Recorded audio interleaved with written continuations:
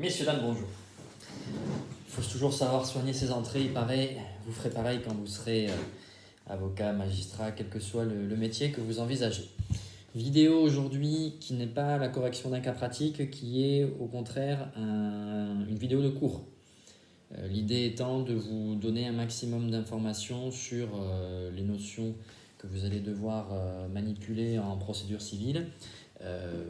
J'essaierai le plus possible d'être exhaustif dans ces vidéos de cours parce que le but est justement de vous apprendre les choses et pas de savoir comment les appliquer dans un cas pratique. Néanmoins, je ne peux pas être exhaustif et aborder toutes les jurisprudences particulières ou que vous pourriez avoir rencontrées dans le cadre de vos propres recherches ou des enseignements que vous aurez eus dans le cadre de l'IEJ, de la fac ou autre, ou des prépas privés. Encore une fois, j'ai une expérience du fait d'avoir été chargé de TD, mais c'est essentiellement du fait de ma pratique professionnelle que je souhaite vous apporter ce que moi j'ai appris et vous permettre ainsi de travailler un peu plus la matière de procédure civile qui est en plus, je crois, injustement dévalorisée, souvent parce que pas forcément enseignée par des gens qui aiment cette matière-là, parfois aussi parce que c'est un peu le parent pauvre de la procédure, ça fait moins rêver que la procédure pénale, il paraît. En tout état de cause, c'est une matière qui, moi, m'intéresse beaucoup et qui est devenue intéressante à partir du moment où j'ai eu affaire à un enseignant, praticien, avocat, qui m'a appris cette matière et la manière de l'aborder. Aujourd'hui, vidéo sur l'intérêt et la qualité à agir, qui va être en lien du coup avec ce qui est considéré comme la sanction applicable à défaut d'intérêt ou de qualité à agir, la fin de non-recevoir. Il n'empêche que vous savez certainement que la fin de non-recevoir ne sanctionne pas que le défaut d'intérêt et de qualité à agir. Il n'empêche que tout cela, je le verrai au fur et à mesure en essayant à chaque fois d'avoir des vidéos bien ciblées. L'intérêt et la qualité à agir étant des conditions d'exercice du droit d'agir qui sont très importantes puisqu'elles sont source de cas pratiques compliqués ou non, mais en tout cas, beaucoup de questions peuvent vous être posées sur ce thème-là. Première chose à rappeler, c'est que pour être titulaire du droit d'agir, vous avez la nécessité de devoir démontrer un intérêt à agir et ou la qualité à agir. Pour pouvoir définir l'intérêt et la qualité à agir, il faut d'abord nécessairement définir ce qu'est le droit d'agir. Encore une fois, vous avez la nécessité de répondre à un cas pratique qui ne vous dispense pas de donner les éléments de cours, les éléments de compréhension et les éléments pratiques. Donc il faut respecter chaque étape. C'est en plus le principe du syllogisme juridique. Donc vous avez l'article 30 du Code de procédure civile qui vous donne la définition de l'action en justice et l'article 31 qui vient vous détailler qu'il faut justifier d'un intérêt et le cas échéant, parfois d'une qualité. C'est l'intérêt et la qualité à agir. Je précise d'emblée, puisque c'est ce que nous verrons après à la fin dans la sanction du défaut d'intérêt ou de qualité à agir, que vous avez l'article 32 du CPC qui vous précise que vous ne pouvez pas agir, que vous êtes irrecevable à agir si vous n'avez pas intérêt ou qualité, mais aussi contre quelqu'un qui n'aurait pas intérêt ou qualité.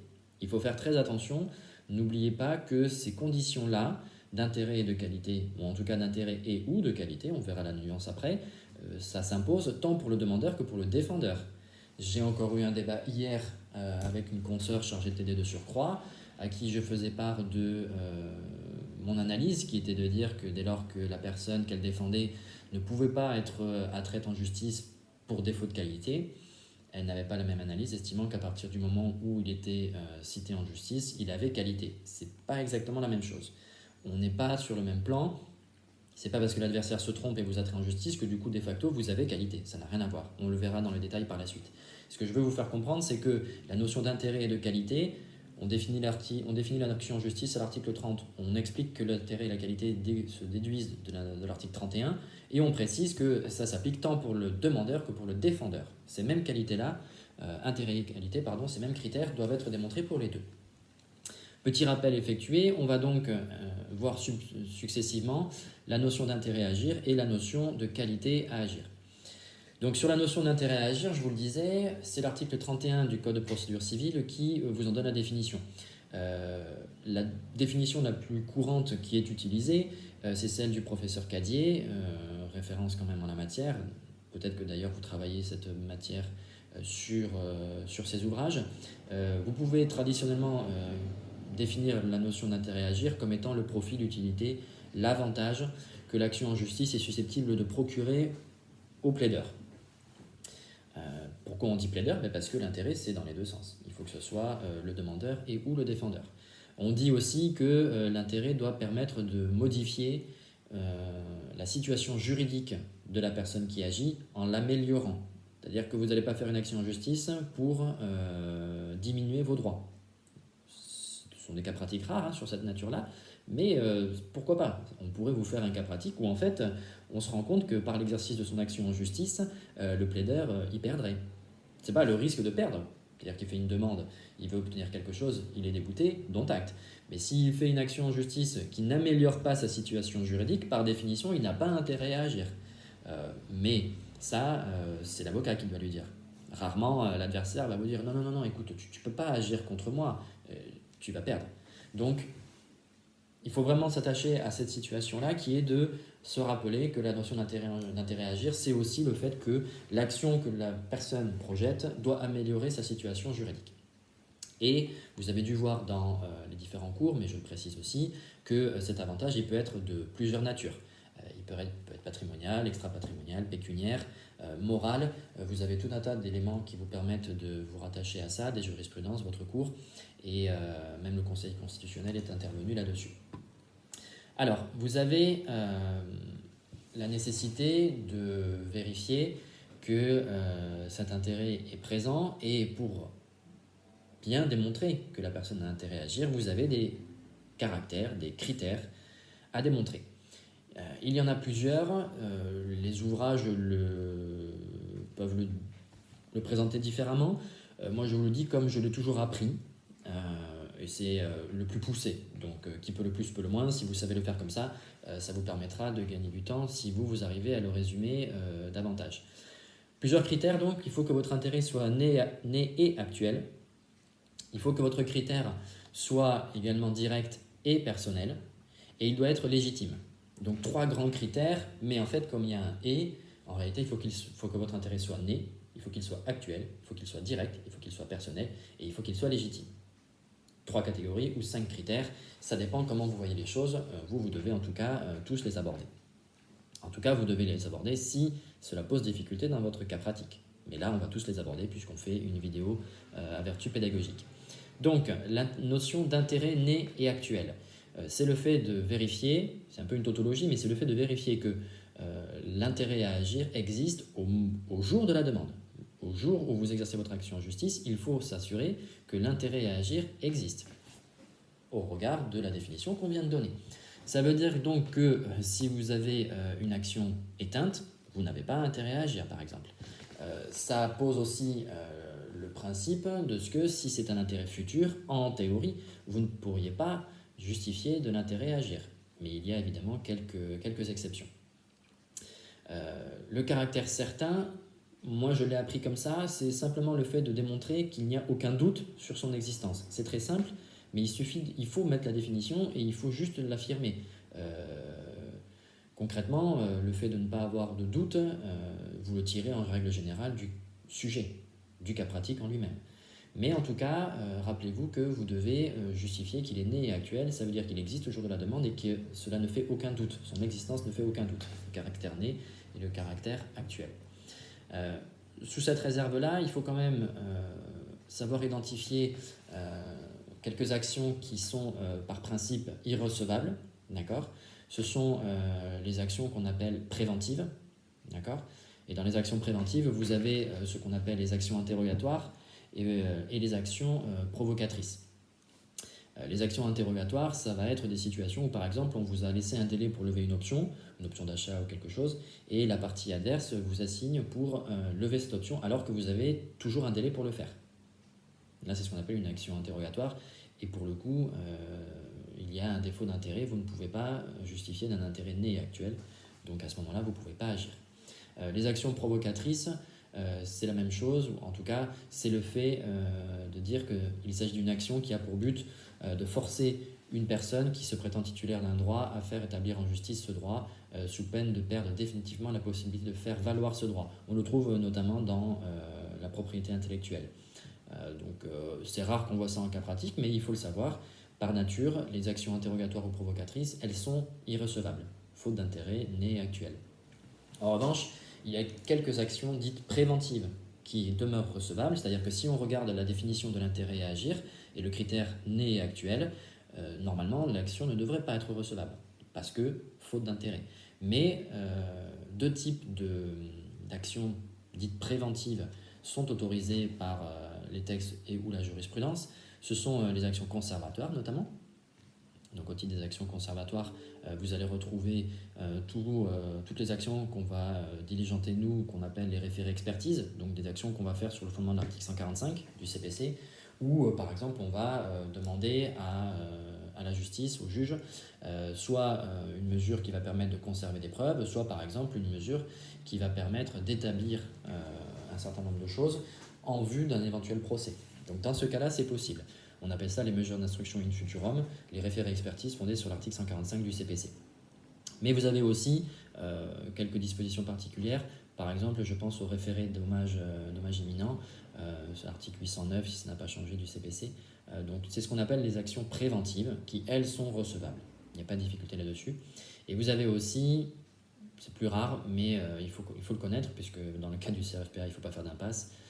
Mais même si vous êtes au stade de votre licence, vous devez connaître ces éléments-là, sont recevables aussi certaines actions qu'on appelle déclaratoires et qui tendent à obtenir du juge qu'il se prononce avant tout litige sur l'existence d'une situation juridique. Ça, c'est la définition classique.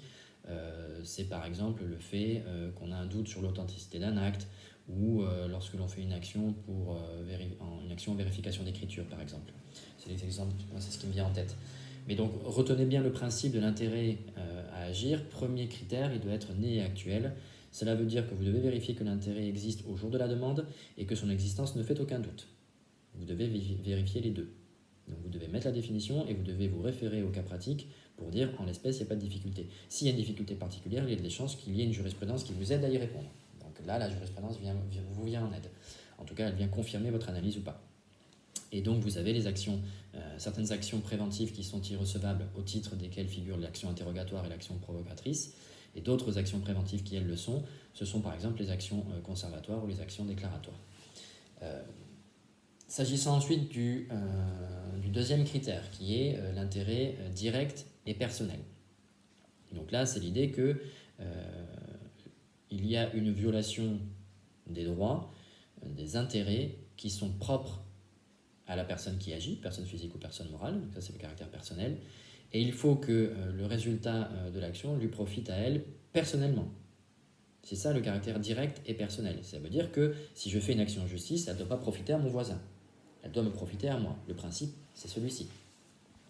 Donc le caractère direct et personnel, c'est un caractère qui permet un certain nombre de dérogations, entre guillemets, dans le sens où, on le verra après, le caractère direct et personnel va vous permettre d'étudier des notions comme la défense de l'intérêt général ou de l'intérêt d'autrui.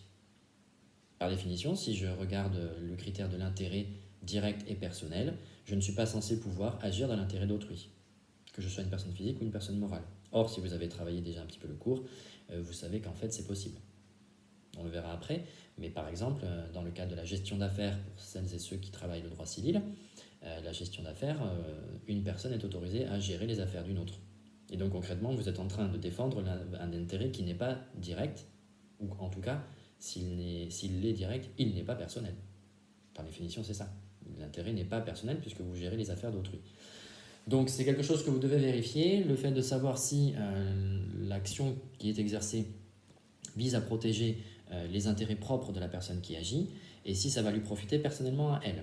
D'accord ? Caractère direct de l'intérêt. Beaucoup de jurisprudence, on va voir un petit peu après derrière un certain nombre de situations particulières tenant à la qualité notamment, et qui est en lien avec justement le caractère direct. quand je dis intérêt général, intérêt autrui, vous avez aussi compris qu'en fait, il y en a trois. Il y a aussi l'intérêt collectif. Donc tout ça, on va le voir après.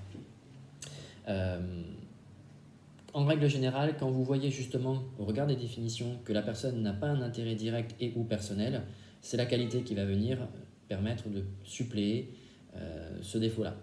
Donc on va le voir après, puisque là, on est toujours sur la notion d'intérêt. Ensuite, vous avez, dernière condition, l'intérêt légitime.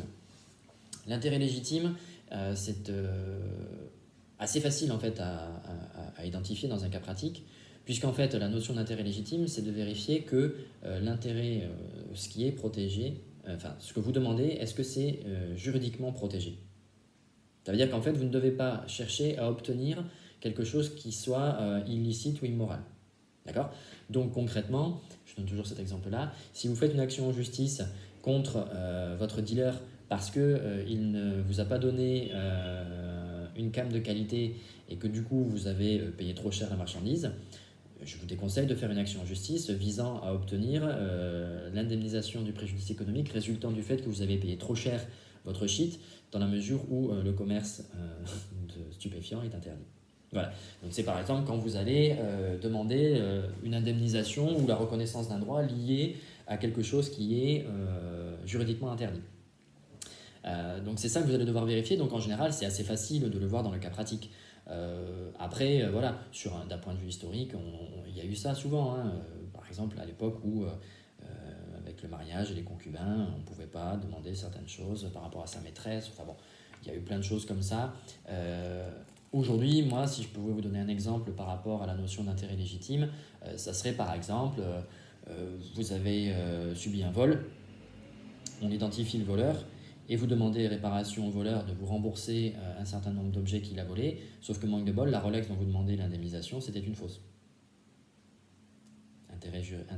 L'intérêt ici n'est pas légitime puisque vous demandez le remboursement d'un objet qui est issu d'un trafic, ou en tout cas qui viole un certain nombre de dispositions légales visant à protéger, par exemple dans mon cas, la marque Rolex. Donc du coup, ça, vous auriez un cas pratique où on vous dit que la personne, elle s'est fait voler un certain nombre d'objets et que parmi ces objets, il y avait un magnifique tableau qui était en fait un faux. Vous ne pourrez pas obtenir le remboursement de ce que ça vous a coûté puisque c'est un faux. Donc voilà pour la notion d'intérêt légitime. C'est trois grandes catégories de conditions, vous devez les connaître, que ce soit la définition ou la manière de les identifier. Pourquoi? Parce que dans un cas pratique, on peut aller vous chercher sur l'un de ces critères, tous ces critères. Vous devez être capable, en lisant le sujet, de l'identifier. Ensuite, je le disais en propos introductif, outre l'intérêt à agir, vous avez la qualité à agir. Il y a du coup là aussi la nécessité de définir ce qu'est la qualité à agir. Vous ne pouvez pas commencer votre cas pratique sans avoir préalablement défini ce qu'est cette notion, puisque vous allez dire à votre correcteur, bon voilà, à la lecture du sujet, il apparaît qu'il y a une difficulté s'agissant de l'intérêt à agir et la qualité à agir, et vous passez directement à la solution sans expliquer ce que c'est. Il faut presque considérer que le correcteur, il n'y connaît rien à la matière. Et une des manières pour vous de savoir si vous avez bien compris les choses et si vous savez les expliquer, c'est de faire lire vos cas pratiques à une personne de votre entourage qui n'y connaît absolument rien. Et si en lisant elle comprend, elle va pas comprendre les détails juridiques évidemment, mais si tout lui paraît fluide, tout lui paraît cohérent, qu'à aucun moment elle se dit mais attends, pourquoi tu passes de là à là, je comprends pas, ça c'est quoi, tu ne m'as pas expliqué, c'est que vous avez le bon raisonnement. Si ce n'est pas le cas, c'est qu'il faut continuer à creuser et qu'il faut être davantage rigoureux. Donc la notion de qualité à agir, vous avez plusieurs définitions, mais on estime traditionnellement qu'il s'agit de l'habilitation légale, le titre juridique qui confère le droit d'agir. Puisque, par principe, la qualité à agir, c'est quelque chose qui est nécessaire pour chaque personne qui veut agir en justice. C'est ce qu'on appelle, j'en viens sur la distinction classiquement enseignée, c'est ce qu'on appelle les actions banales. C'est-à-dire que dans les actions banales, la qualité à agir, elle se déduit de l'intérêt à agir. Ça, c'est une petite tarabisquette, comme on dit, qui vous permet d'économiser dans la démonstration le fait de dire que la personne, elle est recevable à agir. En réalité, dès lors que vous arrivez à démontrer qu'il s'agit d'une action banale, on va considérer que vous n'êtes pas obligé d'aller dans le détail de la définition et de la démonstration de ce que la personne a bien qualité à agir. En réalité, ça découle de l'article 31 du CPC. Dès lors que vous démontrez que vous avez intérêt à agir, on en déduit que personne a également qualité. Là où il y a plus d'interrogations, c'est lorsque l'intérêt ne suffit pas ou lorsque l'intérêt n'existe pas. Que je disais tout à l'heure, si vous n'avez pas un intérêt direct et personnel. En tout cas, un intérêt personnel. Donc c'est ce qu'on appelle les actions attitrées. Il y a deux situations particulières. Vous avez les actions attitrées, c'est-à-dire des actions où une seule personne peut agir sur le fondement de tel ou tel droit. Ça veut dire que la loi elle restreint le droit d'agir à des personnes spécialement désignées, d'où le fait que c'est une action attitrée. Donc ce sont des conditions cumulatives. Dans ce cas-là, vous devez démontrer que la personne a intérêt à agir et qu'elle a qualité à agir. Et vous avez ensuite des situations où en fait la qualité va venir suppléer le défaut d'intérêt, notamment le défaut d'intérêt personnel. Donc on va y venir. Au titre des actions attitrées, les actions qu'on cite le plus souvent, ce sont les actions en matière familiale, et notamment le divorce. C'est-à-dire que si vous, enfant, vous ne pouvez plus supporter votre beau-père qui est marié avec votre maman, vous n'allez pas pouvoir demander le divorce à sa place. Voilà, tout simplement. Donc il y a l'action en divorce, il y a aussi, ça c'est un cas classique, l'action en recherche de paternité par exemple. Qui peut exercer cette action? C'est pas n'importe qui. Donc ça c'est quelque chose que vous devez vérifier. L'enfant majeur, lui, s'il veut faire établir sa filiation, il n'y a que lui qui va pouvoir exercer ce type d'action, pas la mère. La mère, elle va pouvoir éventuellement le faire s'il est mineur. Mais la question est de savoir, est-ce qu'elle exerce le droit d'agir de son fils ou qu'elle exerce son droit d'agir à elle? Et là, on va mêler un petit peu les notions de qualité et de pouvoir. Donc tout ça, ce sont des cas pratiques qui sont assez intéressants, qui sont classiques, et donc j'essaierai de vous faire, mais clairement, en matière familiale, n'oubliez pas que les actions, elles sont très très souvent attitrées. Ce sont très souvent des actions attitrées, donc vous devez démontrer et l'intérêt et la qualité. Vous avez ensuite d'autres situations qu'on retrouve assez souvent, ce sont les situations en matière contractuelle. C'est-à-dire que si vous avez une action qui porte sur un contrat, par définition, vous n'allez pas pouvoir agir contre quelqu'un sur le fondement de ce contrat s'il n'est pas parti au contrat. C'était justement le débat que j'avais avec cette consoeur et également chargée de t'aider en procédure civile. C'est que si la personne n'est pas partie au contrat et que tu agis contre elle, elle n'a pas qualité à agir. Fin de non-recevoir. Donc pourquoi il y a cette distinction précisément en matière contractuelle? Parce que ça repose sur l'idée que vous avez, vous le savez je pense, pour les civilistes, vous avez la distinction entre nullité relative et nullité absolue. Quand on a une nullité absolue, concrètement, c'est une action banale. Parce que le vice est tellement important, la règle méconnue est tellement importante que ça relève d'une nullité absolue, donc tout le monde peut le faire. Tout le monde a intérêt à agir, ça suffit pour le coup. Là, on est sur une action banale. Mais en revanche, quand c'est une nullité relative, dans ce cas-là, il n'y a qu'une personne qui est lésée, c'est le co-contractant. Donc il n'y a que lui qui peut agir ou qui peut être attrait en justice. À défaut, il y a un défaut de qualité. Pourquoi? Parce que c'est une action attitrée. Comme c'est une action attitrée, si vous ne démontrez pas l'intérêt et la qualité, à savoir la qualité étant ici d'être partie au contrat, vous ne pourrez pas agir vous-même ou contre lui. Donc voilà les deux grandes catégories d'actions attitrées que l'on retrouve dans les cas pratiques. Ce sont des notions qui ne sont pas très compliquées. De toute façon, cette vidéo aujourd'hui, elle est vraiment pour poser les bases de la procédure civile, mais il n'y a rien de très compliqué. En tout cas, il faut connaître tout ça. N'oubliez jamais que quand je vous fais une vidéo comme ça sur l'intérêt et la qualité, dites-vous bien que nous, professionnels, c'est quelque chose qu'on vérifie dans chaque dossier. Là, c'est un peu vraiment l'apport pratique de ce genre de vidéo. C'est que quand on a, notamment quand on est défendeur, mais aussi quand on a un client qui vient nous voir et qui nous demande d'agir, on va, nous, vérifier tout ça. Est-ce que vous avez bien intérêt à agir, monsieur? Est-ce que vous avez bien qualité? Ce sera l'objet d'autres vidéos éventuellement, mais est-ce que vous avez bien respecté le délai pour agir, qu'il soit contractuel ou légal? C'est-à-dire, est-ce que vous êtes prescrit ou non? Est-ce qu'il n'y a pas déjà eu une autre décision qui a été rendue, auquel cas on pourrait se heurter à l'autorité de chose jugée? Donc tout ça, nous, professionnels, on le vérifie avant. Parce que si je réalise une action en justice et que le type, il se trouve qu'il est prescrit, c'est ma responsabilité qu'on va engager. C'est pas celle du magistrat. Donc tout ça, nous, on le vérifie. Pourquoi donc on vous demande de le faire en cas pratique? Parce que c'est ce que vous allez devoir vérifier dès lors que vous serez professionnel. Que vous soyez avocat ou que vous soyez magistrat. Le magistrat, il n'est pas dispensé de sa propre analyse juridique du dossier, article 12 notamment du CPC, il doit donner son exacte qualification au fait qu'il a à connaître. Et donc concrètement, lui aussi, s'il identifie qu'il y a un défaut d'intérêt ou de qualité, c'est son job aussi de le dire. Donc, on a cette situation des actions attitrées où on a du coup intérêt plus qualité à démontrer. Mais on a aussi des situations où du coup la jurisprudence notamment est venue expliquer que même si de prime abord vous n'avez pas intérêt à agir, en fait on vous octroie la qualité, ce qui va permettre de pallier le défaut d'intérêt. Et donc ça va être le cas lorsque vous avez une personne, le plus souvent morale, qui va tenter de défendre un intérêt collectif, par exemple. Et dans cette catégorie-là, on retrouve essentiellement, c'est pour ça que là, ça fait partie des mots-clés que vous pouvez trouver dans votre cas pratique qui doivent vous alerter de suite, on retrouve essentiellement les syndicats et les associations. Dans les syndicats, je mets aussi les ordres professionnels, par exemple. Donc si vous voyez dans un cas pratique qu'il y a une association, là ça doit s'allumer chez vous.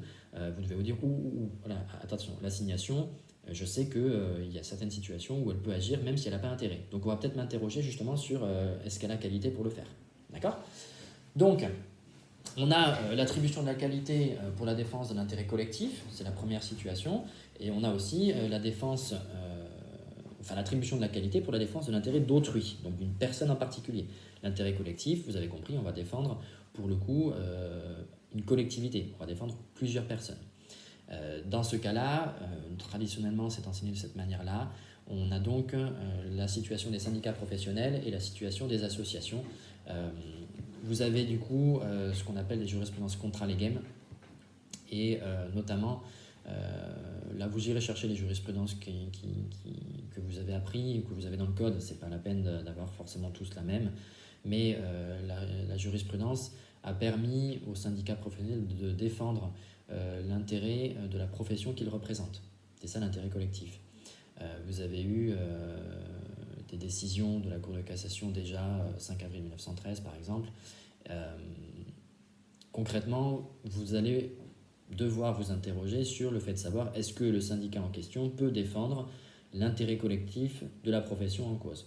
Concrètement, déjà, vous allez devoir faire le lien entre, par exemple, le nom du syndicat et le problème qui vous est posé. Admettons que vous avez un syndicat de défense des chiens et le problème il porte sur une girafe.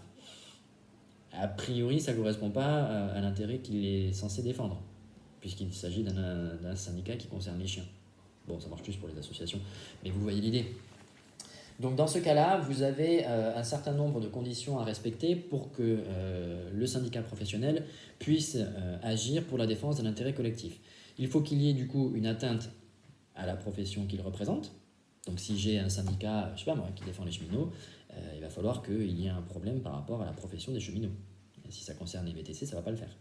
Première condition, donc, il faut qu'il y ait une atteinte aux intérêts de la profession qu'il représente et il faut que l'intérêt invoqué soit ceux de la collectivité, c'est-à-dire que ça porte atteinte à la profession dans son ensemble, pas seulement un individu. D'accord ? Donc, je sais pas moi, quelqu'un qui viendrait dire que tel syndicat ne sert à rien parce que les ouvriers servent à rien, ils sont juste bons à pas bosser, à vouloir toujours bosser moins et pour toucher plus. Là, il y a une atteinte à la profession et à tous les ouvriers. D'accord ? Donc là, vous auriez la condition qui est remplie. Vous avez ensuite la situation des associations. Là, il y a eu beaucoup de situations différentes. Les associations, elles existent, elles sont nombreuses. La France est un pays qui compte énormément d'associations. Et vous n'avez pas d'habilitation générale pour ça. Contrairement aux syndicats, les syndicats, dans le Code du travail, ils ont une habilitation légale qui permet de défendre les intérêts collectifs de leur profession. Les associations, ce n'est pas le cas. C'est ce que je vous disais, ce sont des situations où il y a des jurisprudences contra legem, c'est-à-dire que la loi ne prévoyait pas que, mais la jurisprudence a considéré que oui. Vous avez notamment, je mets quand même un petit bémol sur le fait que les associations n'ont pas d'habilitation légale. Ça existe par exemple pour le Code de procédure pénale. Dans le Code de procédure pénale, vous avez à l'article 2-1 le fait que certaines associations peuvent agir en justice. Mais là, on est sur le plan de la procédure civile, donc on n'applique pas cette situation-là. Mais du coup, vous allez devoir tenir compte d'un certain nombre de paramètres pour que l'association puisse agir pour la défense de l'intérêt collectif. On va tenir compte de l'objet de l'association, de son ancienneté, et puis parfois, il va falloir obtenir l'accord de la personne dont on veut préserver les intérêts. Donc du coup, vous avez une jurisprudence à connaître notamment, c'est la jurisprudence du 27 mai 2004, deuxième chambre civile de la Cour de cassation, qui vient vous dire que dès lors que l'association agit pour la défense d'un intérêt collectif qui correspond aux intérêts qu'elle s'est donné pour mission dans ses statuts de protéger, alors son action sera recevable. Donc c'est la condition tenant au fait que les statuts de l'association doivent le prévoir. Si dans les statuts, vous n'avez pas d'indication sur le fait que l'association est autorisée à agir en justice pour défendre l'intérêt collectif, ça ne passera pas. Donc en général, ça c'est dit dans le sujet. Si on n'attire pas votre attention là-dessus dans le sujet, il faut considérer que ça ne pose pas de difficulté, donc c'est présent dans les statuts. En revanche, si on parle des statuts et qu'on dit que ça n'y est pas, ben justement, cette condition n'est pas remplie. La condition jurisprudentielle posée par l'arrêt du 27 mai 2004 n'est pas remplie. D'accord ? Et puis petit à petit, on a eu une ouverture progressive des conditions qui permettent à une association d'agir en justice. Et vous avez notamment l'arrêt du 18 septembre 2008, première chambre civile, qui vient confirmer cette situation où en réalité la Cour de cassation explique au visa de l'article 31 et de la loi de 1901 que même hors habilitation légale et en l'absence de prévision statutaire quant à l'emprunt des voies judiciaires, une association peut agir en justice au nom de l'intérêt collectif dès lors que ceci entre dans son objet social. Donc là, l'idée c'est que on n'a pas besoin d'une clause spécifique vraiment dans les statuts, c'est que simplement si c'est dans l'objet social, ça suffit. Donc là, si vous voulez, on a une situation qui est technique, si on veut, mais qui en tout cas impose une démonstration juridique assez rigoureuse. Vous devez, lorsque vous avez une association, démontrer dans le sujet, grâce aux éléments du sujet, que l'objet de l'association du coup l'autorise à agir pour la défense d'un intérêt collectif. Vous devez vérifier si, en fonction de l'objet en question, il faut l'accord de la personne qui est membre de l'association ou pas. Tout ça, ce sont des éléments que vous devez vérifier. La jurisprudence est en cours, vous avez dû le voir également. Faites attention aussi, puisque on a, vous savez, cette jurisprudence qu'on dit, la jurisprudence dite grande cause. Vous avez des associations qui ne sont pas juste l'association des joueurs de pétanque du coin. Vous avez des associations qui ont des prérogatives et des prétentions beaucoup plus larges. Et ça doit vous amener à réfléchir sur la nouvelle action, je dis la nouvelle, ça fait un petit moment déjà, mais sur le fait de savoir est-ce que les actions groupées, les actions de groupe, vous devez les connaître aussi. Là, en revanche, vous avez une habilitation légale, donc ce n'est pas le même principe, on ne se base pas sur de la jurisprudence. Mais c'est quelque chose que vous devez connaître aussi. J'évacue là cette question puisqu'on est vraiment sur la notion d'intérêt et de qualité, mais vous avez des associations qui du coup ont été habilitées pour faire des actions de groupe. Mais en réalité, c'est une fausse création. Vous auriez créé une association qui respecte les conditions de la jurisprudence, vous pouviez déjà faire une action de groupe. C'était tout à fait possible, ça ne changeait strictement rien. Là, il y a une assise législative, une habilitation légale, ça change la démonstration, mais ça ne change pas la logique. D'accord ? Vous avez toujours une association qui défend l'intérêt collectif. Outre du coup la défense de l'intérêt collectif, donc par un syndicat, un ordre professionnel ou une association, vous avez aussi du coup la possibilité pour ces structures-là de défendre l'intérêt d'autrui, c'est-à-dire l'intérêt d'une personne en particulier. Si, encore une fois, on se référait à la notion d'intérêt à agir, l'association ne pourrait pas le faire, parce que ce n'est pas personnel. Là, pour le coup, vous avez des habilitations d'origine légale ou jurisprudentielle, c'est à vous de nous l'indiquer, qui permettent à une association ou un syndicat d'agir pour la défense de l'intérêt d'autrui, donc de l'intérêt d'une personne en particulier. Donc, s'agissant des syndicats notamment, l'action du syndicat pour défendre l'intérêt individuel, c'est autorisé par la loi. Il faut que ça ait donc un but particulier, d'accord ? Mais comme le salarié peut agir lui-même, puisque rien ne lui interdit, vous avez le Conseil constitutionnel qui est intervenu le 25 juillet 89, donc c'est vraiment une décision à connaître et à citer, du coup, si vous êtes dans un cas pratique qui porte sur la défense de l'intérêt d'autrui par un syndicat, Il faut que le salarié soit d'accord, ou qu'en tout cas il ne se soit pas opposé pour que le syndicat agisse. Et il faut qu'il soit membre du syndicat aussi, évidemment. À partir de là, si le salarié s'oppose, le syndicat ne pourra pas agir en son nom. D'accord ? Je m'arrête un peu parce que j'ai un doute sur le fait de justifier qu'il est vraiment membre, mais il me semble que oui. Encore une fois, c'est de mémoire tout ça. Si jamais vous avez une question de jurisprudence ou quoi, vous commentez la vidéo et puis je vous confirme ça. Hein. Donc pour les syndicats, c'est en général assez facile. Vous visez cette décision du Conseil constitutionnel qui vous dit que le salarié à minima doit être d'accord ou ne pas s'y opposer.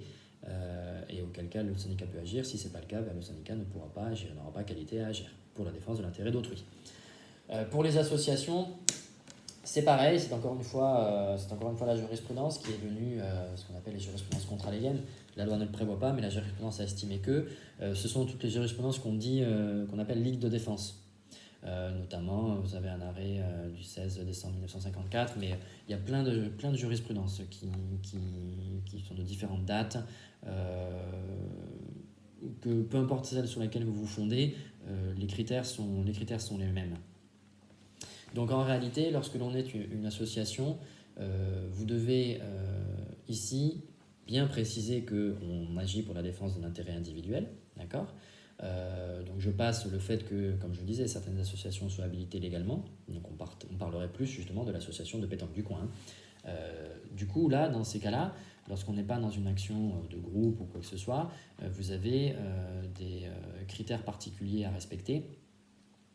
Et il faut notamment que la personne fasse partie de l'association et qu'elle ne s'oppose pas évidemment à ce que l'association agisse pour elle, puisqu'elle peut toujours agir elle-même si elle le souhaite. D'accord ? Enfin, autre situation qui concerne l'intérêt général, vous savez, on a fait du coup la défense par une personne physique ou personne morale de l'intérêt collectif, de l'intérêt d'autrui, et il reste l'intérêt général. Vous savez que l'intérêt général, c'est uniquement le ministère public qui peut défendre l'intérêt général, d'accord ? Si on parle d'intérêt collectif, c'est pas le ministère public. L'intérêt général, c'est le ministère public. Donc c'est lui qui a seule qualité à agir dans certaines situations. Vous avez des dispositions particulières dans le CPC qui vont concerner la nationalité, par exemple. Tout ça, ce sont des situations qu'on étudie très peu dans les cas pratiques, mais il faut les connaître. Donc vous devez être allé voir les articles du Code de procédure civile qui donnent une qualité spéciale au ministère public pour agir dans telle ou telle situation. En règle générale, vous avez compris, de toute façon, ce sera l'intérêt général dès lors que c'est l'ordre public qui est concerné. Et vous avez des situations où parfois le ministère public est partie prenante au procès civil, alors même qu'on pourrait penser que c'est uniquement au pénal. Mais en tout cas, la défense de l'intérêt général, c'est uniquement le ministère public. Donc vous pourriez éventuellement avoir un cas pratique qui vous impose de définir clairement l'intérêt dont la défense est projetée, et si vous aboutissez à la solution comme étant le fait qu'il s'agit de l'intérêt général, comme vous êtes toujours un particulier, personne morale ou personne physique, a priori, ce ne sera pas recevable. Donc, du coup, s'agissant de tous ces intérêts collectifs, autrui ou général, vous devez donc retenir une chose, c'est que si vous arrivez à démontrer les conditions qui permettent de dire que l'association ou l'ordre ou le syndicat peut agir pour l'intérêt collectif d'autrui ou d'autre, en tout cas pour un autre intérêt que le sien, dès lors que vous démontrez ces conditions-là, en fait, ça lui octroie la qualité pour le faire, et donc ça supplée son propre défaut d'intérêt personnel. Puisque n'oubliez pas, on va aborder du coup la sanction à la fin de non-recevoir, n'oubliez jamais, je mettrai des cas pratiques sur ça, c'est que là on a étudié la situation où vous avez une structure, ou une personne physique, parce que quand je pense à la gestion d'affaires, ça marche aussi, c'est pas que... vous n'allez pas citer les conditions applicables aux syndicats ou aux associations, mais vous avez tout à fait la possibilité d'avoir un cas pratique sur quelqu'un qui ferait une action fondée sur la gestion d'affaires. Et vous avez la nécessité de démontrer qu'il a quand même qualité pour le faire. N'oubliez jamais qu'on peut vous mettre un cas pratique avec un syndicat ou une association qui va vouloir agir et pour la défense d'un intérêt qui lui est personnel à elle, l'association, et en plus pour l'intérêt d'un de ses membres. Voire aussi pour défendre l'intérêt qui correspond à son objet social ou, quand on a un syndicat, qui correspond à la profession qu'il représente. Vous pouvez avoir 3 niveaux, 3 étages d'études. Et ça, c'est hyper intéressant. Pour faire un cas pratique, c'est super intéressant. Donc n'oubliez jamais que chaque personne, physique ou morale, elle a son propre intérêt et il y a des situations au titre de la qualité à agir qui permettent à une personne qui normalement ne justifie pas d'un intérêt personnel d'agir pour le compte d'un intérêt collectif ou de l'intérêt d'autrui. D'accord? Donc, l'intérêt et la qualité à agir sont 2 conditions essentielles pour pouvoir justifier que l'on est titulaire du droit d'agir. Si on ne démontre pas l'un ou les deux, en fonction des situations qu'on a vécues, qu'on a décrites juste avant, la sanction, c'est quoi? C'est l'article 122 du Code de procédure civile qui vous dit que votre prétention, votre action est irrecevable. Alors je fais une petite parenthèse ici. Vous devez d'ores et déjà connaître, quel que soit votre niveau, vous devez déjà avoir préparé la manière dont vous voulez présenter votre cas pratique quand vous êtes face à une action qui manifestement va être irrecevable. Qu'est-ce que ça veut dire? Ça veut dire qu'il y en a qui vont partir de l'article 122 pour expliquer que toute personne qui est dépourvue du droit d'agir pour cause d'intérêt, de défaut d'intérêt, de qualité, de prescription, d'autorité de surjugé ou de délai préfixe est irrecevable. Et ensuite, vous allez, pour la plupart d'entre vous, partir sur l'article 30, l'article 31 et aller viser, si c'est un défaut d'intérêt ou, ou la qualité, vous allez viser 31. Si c'est la prescription, vous allez viser 2200, etc. Si c'est l'autorité de surjugé, vous allez viser 480 et en tout cas 1355. Mais en tout cas, il y en a qui partent de la sanction pour après expliquer que ça c'est prévu par le texte, ça se définit comme ça, etc. etc. Pourquoi pas? Je pense qu'il n'y a pas de difficulté. En tout cas, ce qui est certain, c'est que c'est le même régime pour tous et que toutes ces situations-là, les fins de non-recevoir, ça sanctionne la recevabilité du droit d'agir. C'est fin de non-recevoir. La sanction, c'est l'irrecevabilité. Pourquoi je suis pointilleux là-dessus? Parce que vous ne devez jamais, mais vous arrêtez tout de suite en tant que juriste, vous arrêtez immédiatement. Moi, mes étudiants, quand ils font ça, je les appelle Monique si ce sont des filles, et je les appelle Jean-Jacques si ce sont des garçons. J'ai rien contre ces prénoms, ce sont les prénoms de mes parents. Mais pour leur montrer qu'en fait, ils me donnent une réponse qui n'est pas juridique. Donc, par exemple, l'action de Monsieur Duchemol, elle n'est pas valable, vous oubliez. Alors, moi je leur dis, je brûle ta copie, je te crache au visage. Clairement, il faut, comme en matière pénale, interprétation stricte, en procédure civile, c'est pas très compliqué, mais on va appliquer les bons termes. Quand on a un cas pratique qui porte sur quelque chose qui est susceptible de constituer une fin de non-recevoir, on parle de recevabilité de l'action. La recevabilité, elle est liée au droit d'agir, à l'action. Je ferai un parallèle et je ferai une autre vidéo. La régularité, c'est par rapport à un acte. La recevabilité, c'est par rapport au droit d'agir.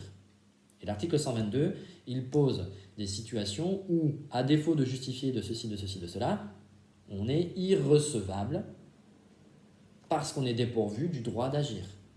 Donc faites bien cette distinction entre régularité et recevabilité. Ce sont les seuls mots que vous avez à utiliser. Les mots valable, validité, vous oubliez, c'est pas juridique ça, c'est pas juridique. Donc dès lors que je vais étudier une fin de non-recevoir, ma conclusion à la fin, ça va être de dire que l'action de telle ou telle personne n'est pas recevable. C'est tout. C'est pas, il ne pouvait pas agir. Son action n'est pas recevable. Point.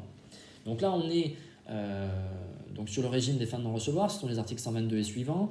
Je ferai une vidéo, je pense, un peu plus détaillée sur tout ça. Mais vous devez connaître justement le régime de la fin de non-recevoir. Est-ce que, comme par exemple avec les irrégularités pour vice de fond, vice de forme, est-ce qu'il faut justifier d'un grief? Est-ce qu'il faut les soulever limine litis, etc. Donc tout ça, je ferai une autre vidéo, mais en tout cas, vous savez que la sanction du défaut d'intérêt et ou de qualité, c'est la fin de non-recevoir. C'est visé spécifiquement par l'article 122.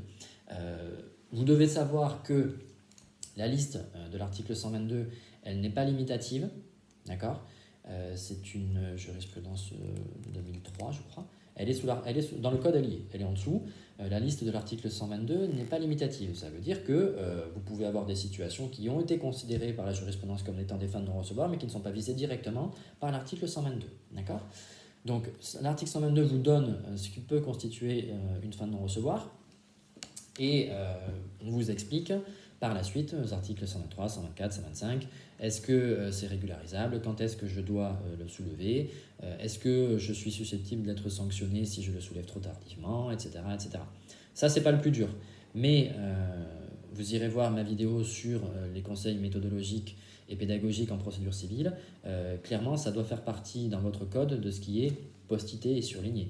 C'est-à-dire que dès lors que vous avez l'article 122 à traiter, à utiliser, tous les autres, vous allez les utiliser. Vous n'avez pas le droit d'en faire l'économie. Parce que si vous visez l'article 122, c'est que vous appliquez un régime de sanctions qui est propre. Les faits de non-recevoir ont leur propre régime de sanctions. Et donc, il faut l'appliquer entièrement. Donc, si vous allez chercher l'article 122 en disant « Ah tiens, il n'y a pas qualité ici, il est pourvu de la qualité à agir, donc il n'a pas le droit d'agir », il faut que je développe 123, 124 et 125.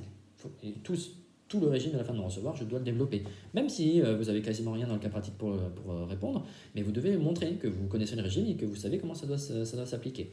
D'accord ?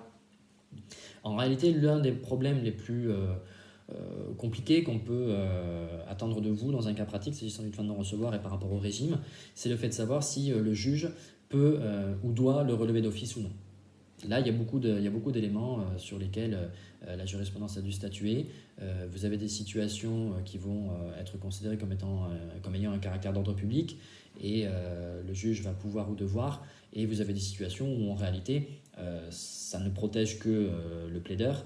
Et donc à ce moment-là, le juge il n'est pas obligé de le soulever. Il peut le faire, mais il n'est pas obligé. En règle générale, il ne s'embêtera pas. Mais ça dépend. Ça dépend de la conscience de chaque magistrat. Donc voilà un petit peu sur les notions d'intérêt et de qualité. J'ai essayé d'être le plus exhaustif possible, j'ai essayé d'être le plus pragmatique et le plus concret possible. Ce sont des thèmes qui sont intéressants dans le sens où on peut vous faire beaucoup de cas pratiques. Et j'attire spécialement votre attention sur le cas des associations et des syndicats. Vous avez soit des habilitations légales, soit des habilitations jurisprudentielles. Il faut les connaître. Là, pour le coup, ça fait partie des jurisprudences à connaître. Il faut que vous connaissiez les dates, parce que si vous avez un cas pratique sur une association qui veut défendre l'intérêt de l'un de ses membres, il faut aller vérifier que jurisprudence libre de défense, etc. Il faut la date, il faut expliquer les critères, etc. Donc, encore une fois, cette vidéo, j'espère qu'elle vous a plu dans le sens où ça vous aura peut-être éclairé sur ces notions d'intérêt et de qualité, à quoi ça sert en pratique, pourquoi on le vérifie, vous, dans le cadre de vos examens, mais parce que nous, on le fait dans la vraie vie.